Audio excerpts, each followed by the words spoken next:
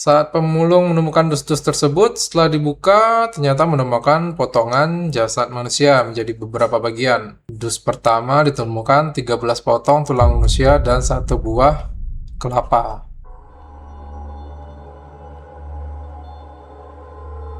Halo guys, jumpa lagi dengan Markudil. Sekarang kita akan bahas tentang kasus kejahatan yang lagi viral ya, yaitu tentang pembunbunan dengan pemotongan tubuh korbannya.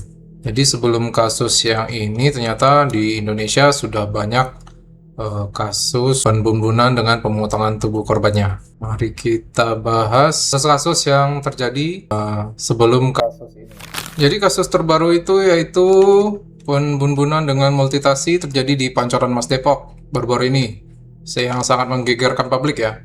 Kasus ini bermula saat penemuan karung mencurigakan di kawasan Tanah Merah Pancoran Mas tanggal 24 Juli 2026. Awalnya ya warga cuma ngira itu cuma sampah isinya. Pada tanggal 4 Agustus 2026, warga yang hendak membakar sampah terus memeriksa isi karung tersebut. Ternyata ada potongan jasad manusia di dalamnya. Nah, setelah diteliti oleh pihak polisian, ternyata pelaku adalah bernama Saipullah dan korbannya ini namanya Kunaifi yang berkenalan melalui medsos. Keduanya bertemu di sebuah kontrakan di wilayah Cipayung Depok tanggal 23 Juli 2026. Namun, pertemuan keduanya berubah jadi tragedi. Polisi mengungkap keduanya terlibat cekcok hingga pelaku diduga menusuk bagian perut korban dan lehernya dengan pisau. Untuk menghilangkan jejak, pelaku kemudian memultitasi tubuh korban pada bagian pangkal paha sebelum membungkus tubuhnya menggunakan plastik hitam dan memasukkannya ke dalam karung. Jadi dibuanglah ke tempat sampah tadi. Korban kemudian dibuang di kawasan Tanah Merah, Kapling Depkes, Kelurahan Pancoran Mas, Kota Depok. Sementara potongan kedua kaki korban dibuang ke aliran sungai di kawasan Pitara, Pancoran Mas. Tak berhenti di situ, pelaku juga membawa kabur sepeda motor milik korban dan menjualnya di wilayah Panimbang, Banten. Jadi dia memultitasi, terus kemudian motornya diambil terus dijual. Nah, kenapa dimultitasi? Karena untuk menghilangkan jejak dan juga karena susah dibuang kalau dibawa dalam keadaan utuh katanya. Serem ya.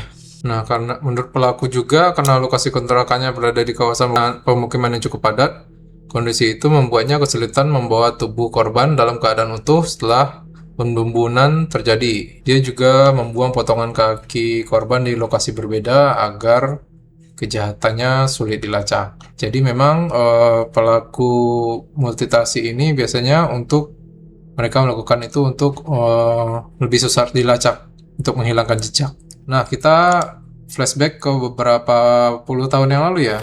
Kasus multitasi ini mulai viral sejak tahun 1981, yaitu kasus multitasi Setiabudi. Kasus ini jadi pionir kasus multitasi yang pernah ada. Bermula saat seorang pemulung menemukan beberapa kardus di trotoar di persimpangan jalan Setiabudi, Jakarta Selatan. Tahun 81 ya, udah berapa tahun itu?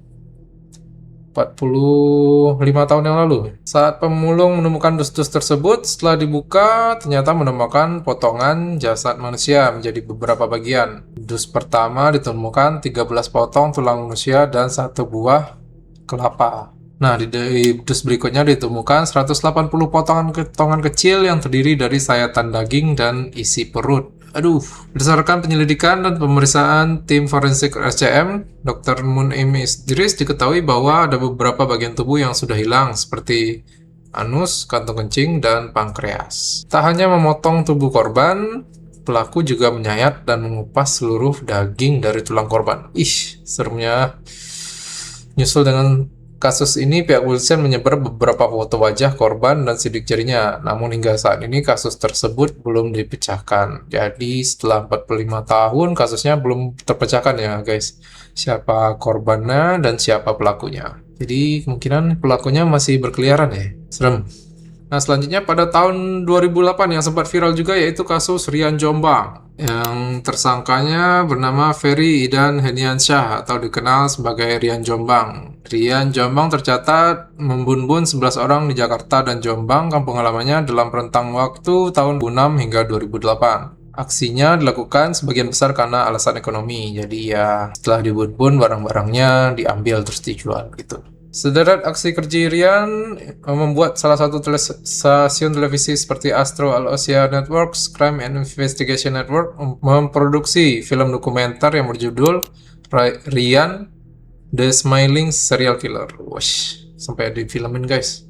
Nah ini juga itu pelakunya kebanyakan sesama jenis karena mereka biasanya terlibat dalam hubungan sesama jenis ya guys.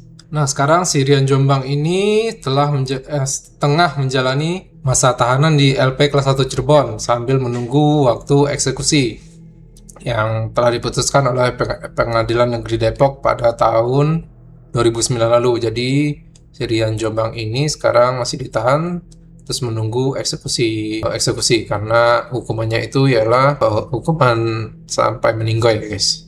Nah lanjut ke tahun 2010 ada kasus Babe Baikuni. Kasus ini menyeret Babe Baikuni, pria 49 tahun yang membun dan memultitasi setidaknya 14 anak jalanan setelah melakukan kekerasan. Jadi yang dibun ini semuanya adalah anak jalanan ya. Nah kasus ini terungkap pada awal tahun 2010 setelah seorang pria bernama Abdi Alfri menemukan kardus air mineral di samping jembatan yang menghubungkan Jalan Inspeksi dan Jalan Banjil Kanal Timur. Ketika kardus ini dibuka, ditemukan potongan tubuh manusia. Nah, berdasarkan olah TKP polisi memastikan potongan-potongan itu berusia milik bocah umur 6-12 tahun. Nah, kebesokan harinya masyarakat digegerkan dengan penemuan kelapa anak kecil di dalam plastik berwarna putih di rawat ratai. Nah, kasus ini ya paling mengerikan karena anak jalanan ini sebelumnya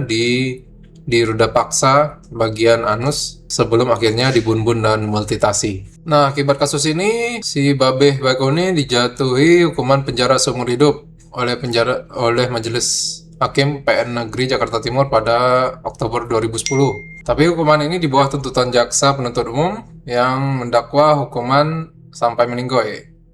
Jaksa mengajukan banding. PN tinggi Pengadilan DKI Jakarta memperberat vonisnya menjadi hukuman meninggoy pada 13 Desember 2010. Babe mengajukan permohonan kasasi ke MA. Hasilnya ia tetap divonis meninggoy oleh MA pada 21 April 2011.